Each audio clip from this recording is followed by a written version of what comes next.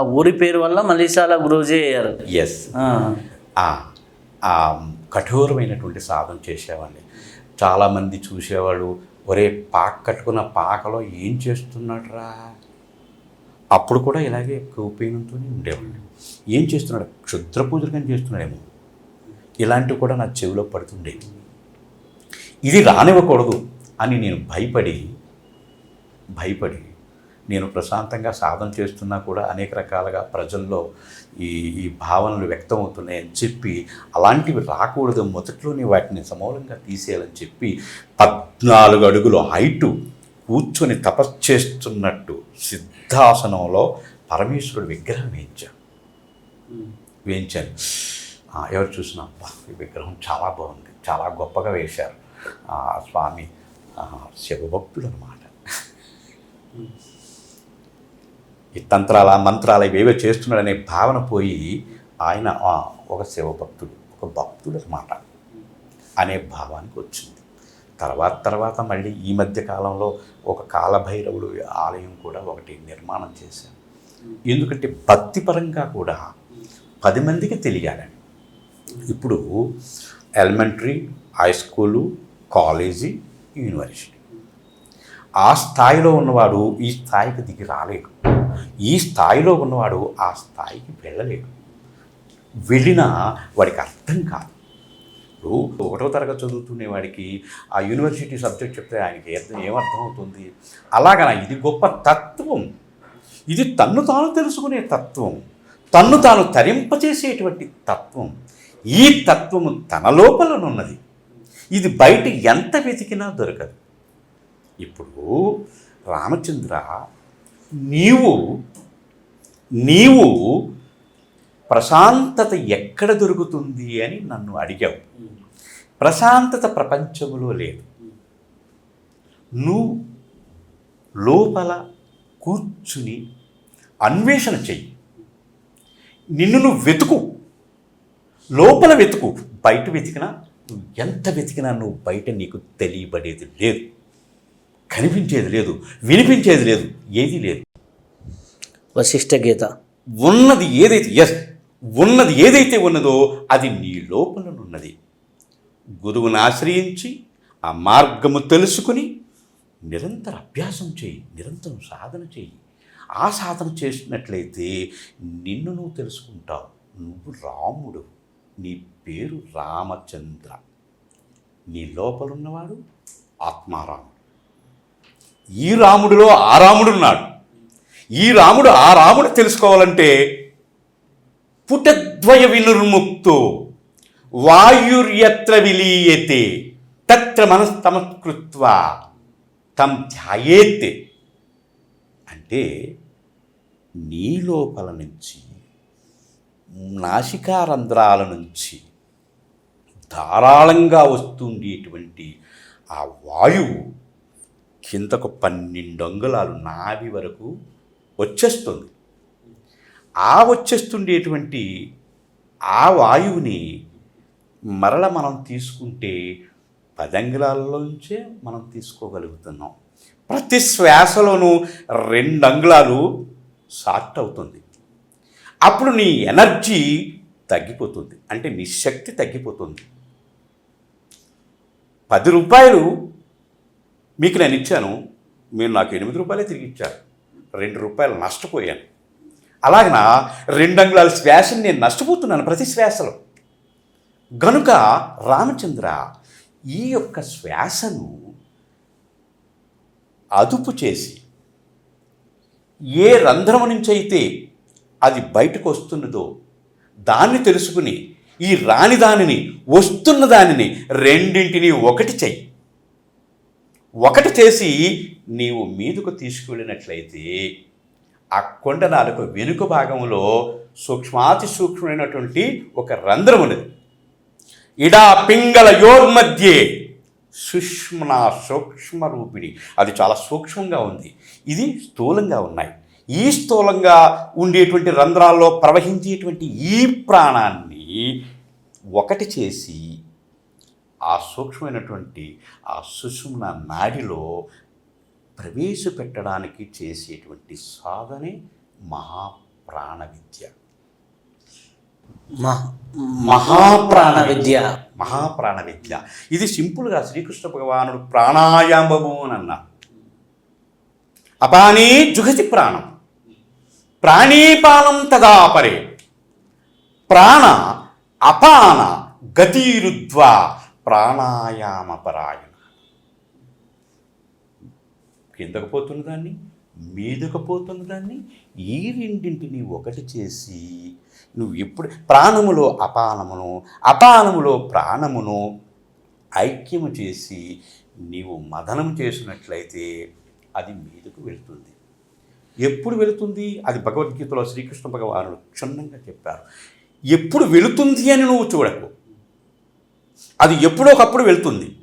ఎత్ర కాలో నవిద్యతే, నువ్వు చేయడం నీ పని, అది ఎప్పుడోకప్పుడు అది తెరుచుకుంటుంది, తెరుచుకొని మీదకు వెళుతుంది. అప్పటి వరకు నువ్వు సాధన చేయాలి. సాధన చేస్తే నువ్వు అంతర్ముఖమైపోయి ఆ అంతర్ముఖంలో నీవు పొందేటువంటిది, నువ్వు తెలుసుకోవలసినటువంటిది అక్కడ తెలియబడుతుంది. ఆ ఆనందాన్ని ప్రత్యక్షంగా నీవే అనుభవిస్తావు. అక్కడ నీకు ప్రశాంతత దొరుకుతుంది రామచంద్ర. అంతేగాని నేను రాజుని, నేను రాజ్య పరిపాలన చేస్తాను, లేకపోతే ప్రజల్ని సుఖపెడతాను, దానివల్ల నాకు శాంతి కలుగుతుంది, సుఖం కలుగుతుంది, పుణ్యం కలుగుతుంది, మోక్షం వస్తుందని భ్రమపడుతున్నావేమో. ఎక్కడా లేదు. మన పూర్వీకులైనటువంటి మహర్షులు ఎంతోమంది చెప్పినటువంటి ఈ అంతర్ముఖ ప్రాణాయామాన్ని తెలుసుకుని అభ్యసిస్తే నాకు శాంతి కలిగింది. నా అనుభవాన్ని నీకు చెబుతున్నాను రామచంద్ర అని వశిష్ఠ గీతలో శ్రీరామచంద్రుడికి వశిష్ఠ మహర్షి చెబుతున్నారు. ఇది శాస్త్ర ప్రమాణం. మనం సొంతంగా ఏం మాట్లాడకూడదు. ఎందుకు మాట్లాడకూడదు అంటే అది అవిద్యకు దారి తీస్తుంది. అవిద్య ప్రచారం చేస్తే నా రాజ్యం పాడైపోతుంది, అందరూ కూడా అవిద్యలోనే మునిగిపోతారు, విద్యను తెలుసుకోలేరు అని ఈ అవిద్య ప్రచారం చేయడానికి ఎవడైతే వచ్చాడో ఆ రాజ్యంలోనికి ఆయనకు ఒక ప్రశ్న వేసేవాడు. సీతాదేవి తండ్రి జనక మహారాజు ఆ ప్రశ్నకి సమాధానం చెప్పలేకపోతే ఈయన తీసుకువెళ్ళి జైల్లో పెట్టండి. ఎందుకు జైల్లో పెట్టండి? ఆయన్ని వదిలేస్తే అవిద్య ప్రచారం చేస్తాడు. కాబట్టి ఇలాంటి వాడు బయట తిరగకూడదు, సమాజాన్ని పాడు చేస్తాడు. కాబట్టి ఈయన లోపలేసేయండి అని 260 మందిని అలా లోపలేసారట జనక మహారాజు. అష్టావక్ర మహర్షి వచ్చి, నాయనా ఏమిటి నీ దాహం ఏమిటి నాకు చెప్పు, నీకు ఒక దాహం ఉంది, ఆ దాహం ఏమిటి? అదే ప్రశ్న రూపంలో బయటపడుతుంది. ఎవరొచ్చినా ఆ ప్రశ్న వేస్తున్నావు, వాళ్ళు చెప్పలేకపోతే లోపలేసేస్తున్నావు. ఏమిటిది? లేదు గురువుగారు, నాకే ఒక ప్రశ్న ఉంది, నా ప్రశ్నకే వాడు సమాధానం చెప్పలేకపోతే వాడు నా రాజ్యంలో ఏమిటి హితబోధ చేస్తాడు కదా, అందుకు నేను లోపల భద్రంగా పెట్టి అన్ని రకాలుగా పోషిస్తున్నాలే అని చెప్పారు. ఏమిటి నీ ప్రశ్న అని అడిగితే, రికాబులో కాలు మూపినంత సమయములో బ్రహ్మోపదేశం చేయగలవా? ఓ చేస్తానన్నారు ఈయన. సరే చెయ్యండి, చేయలేకపోతే మీకు అదే గతి అన్నారు.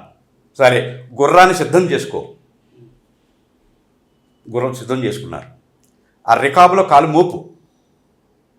మోపిన తర్వాత మోపిస్తున్న తర్వాత ఇంక ఎగిరికేస్తాడు కదా, ఆ సమయంలో ఆగు అన్నారు. రికాబులో కాలు పెట్టారు, ఇంక ఎగిరి ఎక్కడానికి సిద్ధపడుతున్నాడు, ఆగన్నారా. ఏం మహర్షి, గురుదక్షిణ ఏది? గురుదక్షిణ లేకుండా గురువు విద్య చెప్పకూడదు, నీకు ఈ విషయం తెలీదా అన్నారు. మీకేం కావాలి మహర్షి? నీ మనసు కావాలి, నీ మనసు నాకు కావాలి, ఇచ్చేయి, తీసుకోండి. ఇప్పుడు మనసు ఎవరిది? నాది. మనసు ఉంటే కదా నువ్వు గుర్రం ఎక్కుతావు. మనసు నాకు ఇచ్చేసావు కాబట్టి, మనసు నీ దగ్గర లేదు కాబట్టి నువ్వు గుర్రం నేను ఎక్కమనే దాకా నువ్వు ఎక్కడమే లేదు. అలా ఉండిపోయి సరే నువ్వు అలా ఉండు అని ఈయన శుభ్రంగా ఏదో చెట్టు కిందకు పోయి కూర్చొని చక్కగా సాధన చేసుకుంటున్నారు.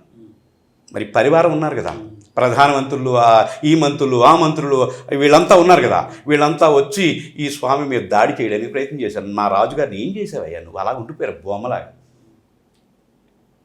అని చెప్పంటే, సరే వచ్చారు. దిగులు ఆయన రాజా దిగు, దిగిపోయారు. గురుదక్షిణ అడిగారు కదా గురుగారు, సరే ఇచ్చేసావుగా, ఇప్పుడు నీకు చెప్తా అని వారికి విద్య నేర్పారు. ఆ విముక్తి చేశారు. 260 మంది 80 మంది ఆ జైల్లో పెట్టిన వాళ్ళందరినీ ముందు విడిచిపెట్టమన్నారు.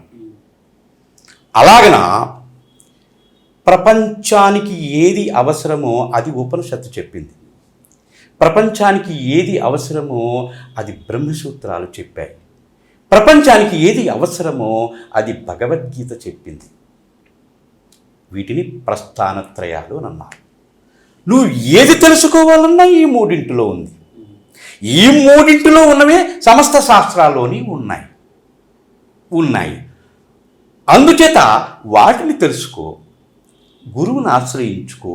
గురువు చెప్పినటువంటిది, శాస్త్రం చెప్పినటువంటిది కొన్నాళ్ళు నువ్వు ప్రాక్టీస్ చెయ్యి. ప్రాక్టీస్ చేసిన తర్వాత నీకు అనుభవం వస్తుంది. అబ్బా, శాస్త్రం చెప్పింది, గురువుగారు చెప్పింది ఒకటే గనుక ఇది నన్ను కడతేర్చే మార్గం అని పూర్ణంగా విశ్వసించి అప్పుడు నువ్వు సాధన చేస్తే నువ్వు గమ్యం చేరుకోగలుగుతావు. అంతేగాని నేను మొదటెట్టకాడ నుండి లాస్ట్ అట్ట వరకు భగవద్గీత అంతా చదివేశానండి, ఇంకా చదవవలసింది ఏమీ లేదండి. మీరు ఏ శ్లోకం అడుగుతారో అడగండి, ఏ అధ్యాయంలో అడుగుతారో అడగండి, ఆ శ్లోకంలో ఏ ఒక్క పాదాన్ని అడుగుతారో అడగండి, ఏ ఒక్క అక్షరాన్ని అడుగుతారో అడగండి, నేను అనర్ఘళంగా చెప్తా. పారాయణ గ్రంథమా భగవద్గీత? కాదు, ఆచరణ గ్రంథం. నువ్వు ఎంత చదివితే ఎందుకు, ఏం ప్రయోజనం?